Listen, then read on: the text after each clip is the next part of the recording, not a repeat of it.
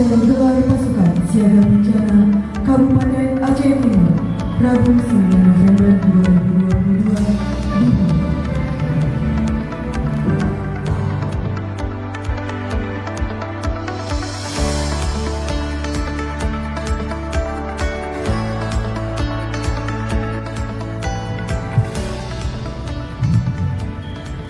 Ya, apel pada hari ini kan apel gabungan.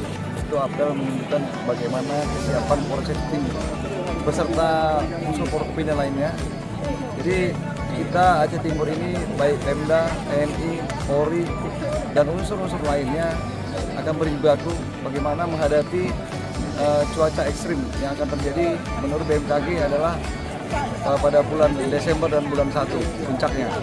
Nah, kita ketahui bahwa pada saat sekarang ini aja sudah ada banjir, 3 kali banjir di bulan Oktober dan bulan November. Nah, kesiapan apel ini adalah menunjukkan kesiapan kita Kabupaten Aceh Timur secara umum dan unsur TNI dan Polri bagaimana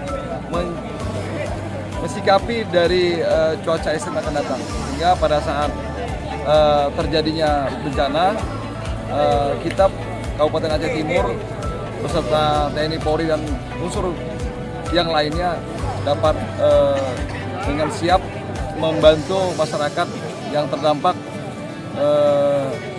dalam rangka misi kemanusiaan.